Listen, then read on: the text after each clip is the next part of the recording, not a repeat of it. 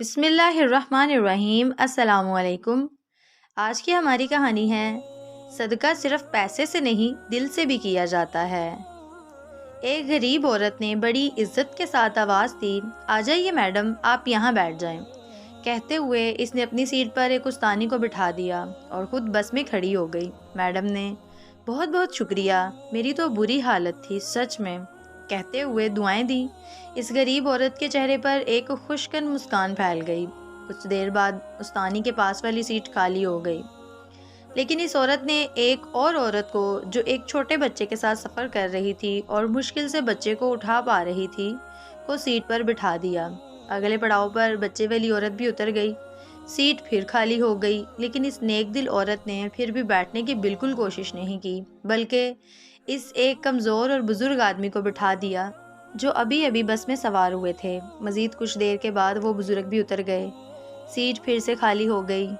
بس میں اب صرف چند ہی مسافر رہ گئے تھے۔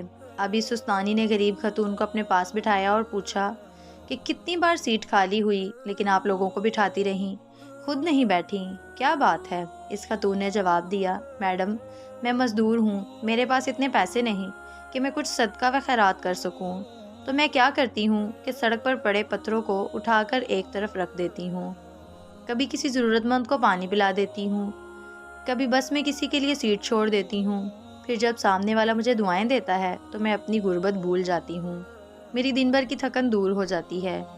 اور تو اور جب میں روٹی کھانے کے لیے باہر بینچ پر بیٹھتی ہوں، کچھ پرندے میرے قریب آ کر بیٹھ جاتے ہیں، میں روٹی کے کچھ چھوٹے چھوٹے ٹکڑے کر کے ان کے سامنے ڈال دیتی ہوں، جب وہ خوشی سے چلاتی ہیں تو خدا کے ان مخلوق کو خوش دیکھ کر میرا پیٹ بھر جاتا ہے۔ روپے پیسے نہ صحیح، سوچتی ہوں دعائیں تو مل ہی جاتی ہوں گی، مفت میں فائدہ ہی فائدہ ہے نا، اور ہمیں کیا ہی لے کر جانا ہے اس دنیا سے۔ استانی ہکا بکا رہ گئی۔ ایک ان پڑھ سی دکھنے والی غریب عورت نے اتنا بڑا سبق جو پڑھا گئی انہیں، اگر دنیا کے آدھے لوگ بھی ایسی خوبصورت اور مثبت سوچ اپنا لیں تو یہ زمین جنت بن جائے گی سب کے لیے۔ صدقہ و خیرات صرف پیسے سے نہیں دل سے بھی کیا جاتا ہے۔